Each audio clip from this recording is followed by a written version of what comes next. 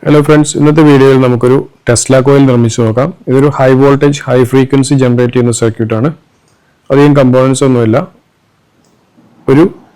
transistor BD243 with 10 kilo ohms resistor, 105 capacitor and a coil. This circuit is power supply connector and transistor heat sink.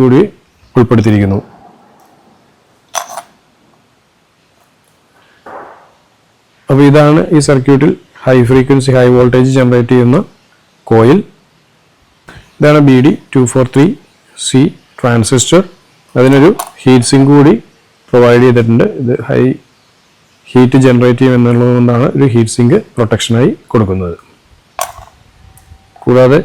Circuit test neon lamp circuit provided that the 10 kilo ohms in the resistor.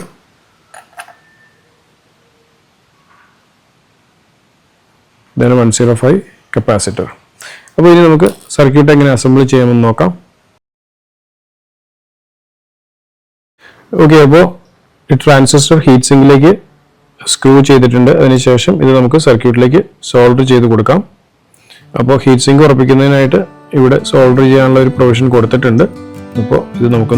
solder ചെയ്തെടുക്കാം.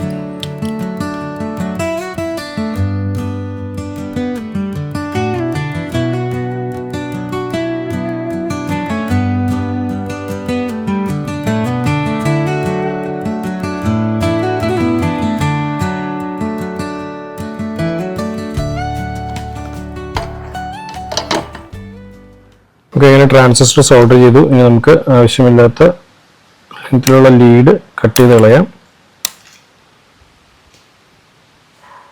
Okay, resistor ഇവിടെ vertical position ആണ് connect ചെയ്യേണ്ടത്. ഇവിടെയാണ് ഇതിന്റെ switch വരുന്നത്.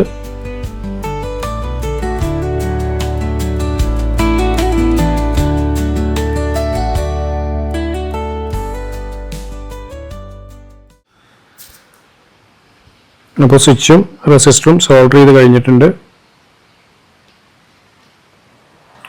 Okay, അടുത്തായി capacitor സർക്യൂട്ടിലേക്ക് insert ചെയ്തിട്ടുണ്ട്. ഇനി അതൊന്ന് സോൾഡർ ചെയ്തെടുക്കാം.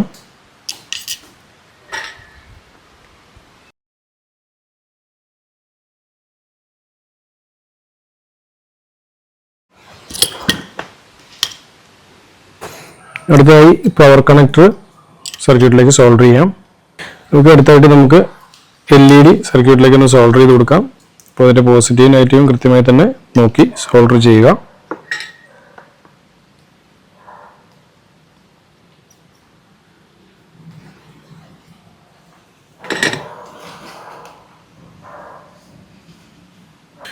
അടുത്തതായി നമുക്ക് കോയിൽ സർക്യൂട്ടിലേക്ക് സോൾഡർ ചെയ്ത് കൊടുക്കാം.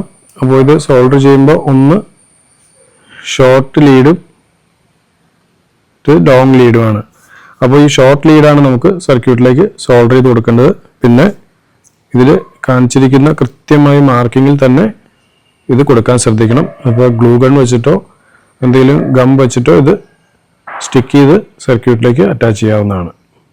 T എന്ന് എഴുതിയ ഭാഗത്താണ് നമ്മൾ ഇതിന്റെ കോയിൽ സോൾഡർ ചെയ്ത് കൊടുക്കുന്നത്. അപ്പോൾ കോയിൽ സോൾഡർ ചെയ്യുമ്പോൾ ഒരു പ്രത്യേക കാര്യം ശ്രദ്ധിക്കണം. ഇതിന്റെ ഇനാമൽ റിമൂവ് ചെയ്തതിന് ശേഷം അവിടെ ലെഡ് നല്ല രീതിയിൽ കോട്ട് ചെയ്യുക. അതിനുശേഷം മാത്രം സോൾഡർ ചെയ്യാൻ ശ്രമിക്കുക. ഓക്കെ, അപ്പോൾ കോയിൽ സോൾഡർ ചെയ്തിട്ടുണ്ട്. ഗ്ലൂ ഗൺ ഉപയോഗിച്ചിട്ട് നല്ലോണം ഗ്ലൂ ചെയ്തിട്ടുമുണ്ട്. അപ്പോൾ ഇനി നമുക്ക് സർക്യൂട്ടിലേക്ക് ഒരു 9 വോൾട്ട് ബാറ്ററി വെച്ചിട്ടൊന്ന് ടെസ്റ്റ് ചെയ്ത് നോക്കാം. എന്നിട്ട് സക്സസ് ആകുന്നില്ലെങ്കിൽ 12 വോൾട്ട് കൊടുത്തൊന്ന് ടെസ്റ്റ് ചെയ്ത് നോക്കാം. ഓക്കെ, അപ്പോൾ സർക്യൂട്ടിൻ്റെ അസംബ്ലിംഗ് എല്ലാം കംപ്ലീറ്റ് ആയിട്ടുണ്ട്. അപ്പോൾ 9 വോൾട്ട് ബാറ്ററിയിൽ നിന്നും പവർ സപ്ലൈ കൊടുത്തിട്ടുണ്ട്. അപ്പോൾ ഇനി നമുക്ക് സ്വിച്ച് ഓൺ ചെയ്തിട്ടൊന്ന് ടെസ്റ്റ് ചെയ്ത് നോക്കാം. പിന്നെ ഇത് ഹൈ വോൾട്ടേജ് സർക്യൂട്ട് ആയതുകൊണ്ട് ഒരു കാരണവശാലും ഓൺ ചെയ്തതിന് ശേഷം ഈ കോയിലിൽ ടച്ച് ചെയ്യാൻ പാടില്ല. അപ്പോൾ നമുക്കൊന്ന് ഓൺ ചെയ്ത് നോക്കാം. ഓക്കെ, അപ്പോൾ നമ്മളുടെ പവർ ഓൺ ആയിട്ടുണ്ട്. ഇനി ഇത് ടെസ്റ്റ് ചെയ്യുന്നതിനായിട്ട് നമുക്ക് ഈ നിയോൺ ലാമ്പ് കോയിലിൻ്റെ അടുത്തേക്ക് ഒന്ന് മൂവ് ചെയ്ത് നോക്കാം.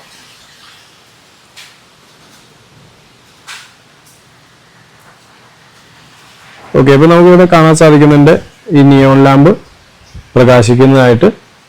അപ്പോൾ ഈ കോയിൽ ഹൈ വോൾട്ടേജ് ജനറേറ്റ് ചെയ്യുന്നുണ്ട്. അപ്പോൾ അങ്ങനെ നമ്മളുടെ ടെസ്ല കോയിലിൻ്റെ അസംബ്ലിങ് ഇവിടെ കംപ്ലീറ്റ് ആയിട്ടുണ്ട്. അപ്പോൾ ഇത് വളരെ ചെറിയൊരു സർക്യൂട്ടാണ്, ആർക്ക് വേണമെങ്കിലും ട്രൈ ചെയ്യാവുന്ന ഒരു സർക്യൂട്ടാണ്, അധികം കോംപ്ലിക്കേഷൻ ഒന്നുമില്ല. അപ്പോൾ ഈ ഒരു സർക്യൂട്ട് എല്ലാവർക്കും ഇഷ്ടമായി എന്ന് കരുതുന്നു. പുതിയൊരു വീഡിയോയിൽ നമുക്ക് അടുത്ത എപ്പിസോഡിൽ കാണാം. താങ്ക്